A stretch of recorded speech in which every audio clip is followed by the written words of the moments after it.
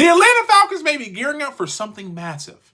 And according to a trade pitch floated around, Atlanta has been linked to the wide receiver Jakobi Meyers of the Las Vegas Raiders. And if it happens, it could be like a blockbustery kind of move that completely changes this offense and Michael Penix.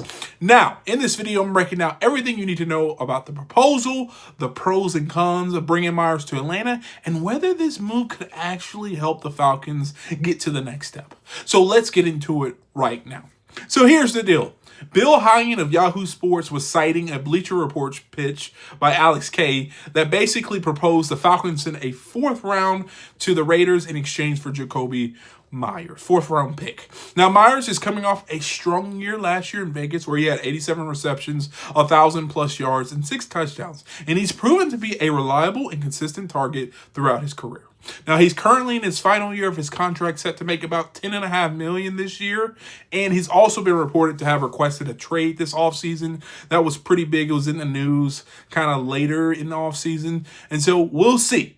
But on paper, it looks like the Falcons could step in, fill a little bit of a need while the Raiders offload a player who may not be in their future plans. Now, let's talk about the positives here. The first positive of this move is Jakobi Meyers is a reliable weapon for Michael Penix Jr. and for his development. And right now, the development of Michael Penix Jr. has to be the #1 priority for the Falcons going forward. The more Michael Penix Jr. has in regards to weapons, the better he plays. Now, Meyers is about as steady as it comes from a receiver perspective, and pairing him with Drake London and Kyle Pitts would give Atlanta one of the most dangerous receiving trios in the NFC and probably the NFL. Now, the second reason or good thing why this trade could help is its immediate production. This isn't a rookie who needs to be developed. Meyers has proven production all throughout the NFL. You know exactly what you're getting. Precise routes, strong hands, and the ability to move the change, which is important for Michael Penix, your young quarterback. The last reason why, or positive reason why, Jakobi Meyers could be a plus is the NFC right now isn't that stacked, and the Falcons could make a playoff push with Meyers. We know the Bucs are decent. They're pretty good. I'll give them a little bit more than decent. They're pretty good. But the division is still wide open with a lot of injuries.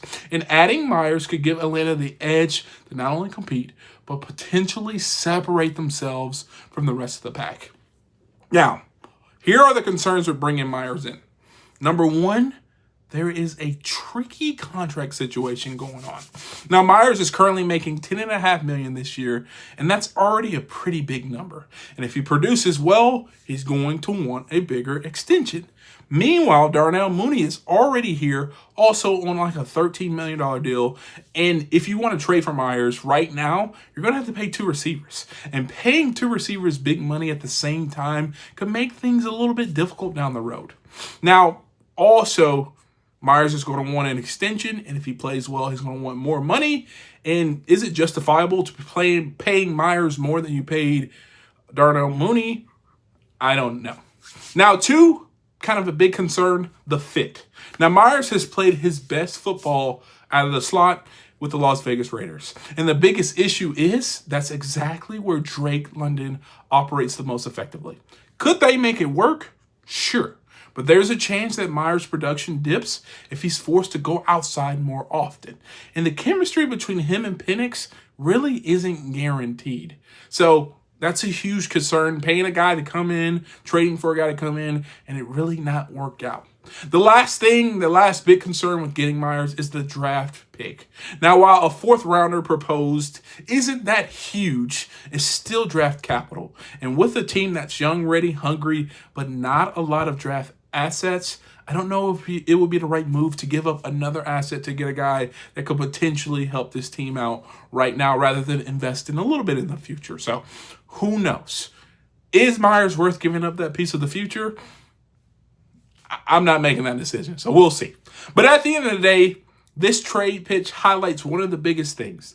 The Falcons know that developing Penix is everything, or I hope they know that. You don't draft him that high to let him struggle without help. And while Meyers may not be the flashiest name, he could be the steady, reliable receiver that helps Penix grow into the quarterback that Atlanta trusts and believes he can be. But there's also a lot of risk. And if the money doesn't line up, if the fit isn't perfect, this could end up being a short-term fix or a overpay for something that doesn't work at all. So what do you think? Should the Falcons pull the trigger and bring in Jakobi Meyers? Or is this the kind of move that looks good on paper, but really doesn't solve anything for Atlanta and really doesn't solve their bigger issues? Drop your thoughts in the comment down below, and I'll be there talking, trying to chop it up, and let you know how I feel.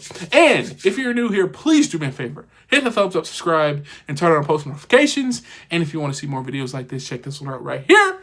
And like always, peace.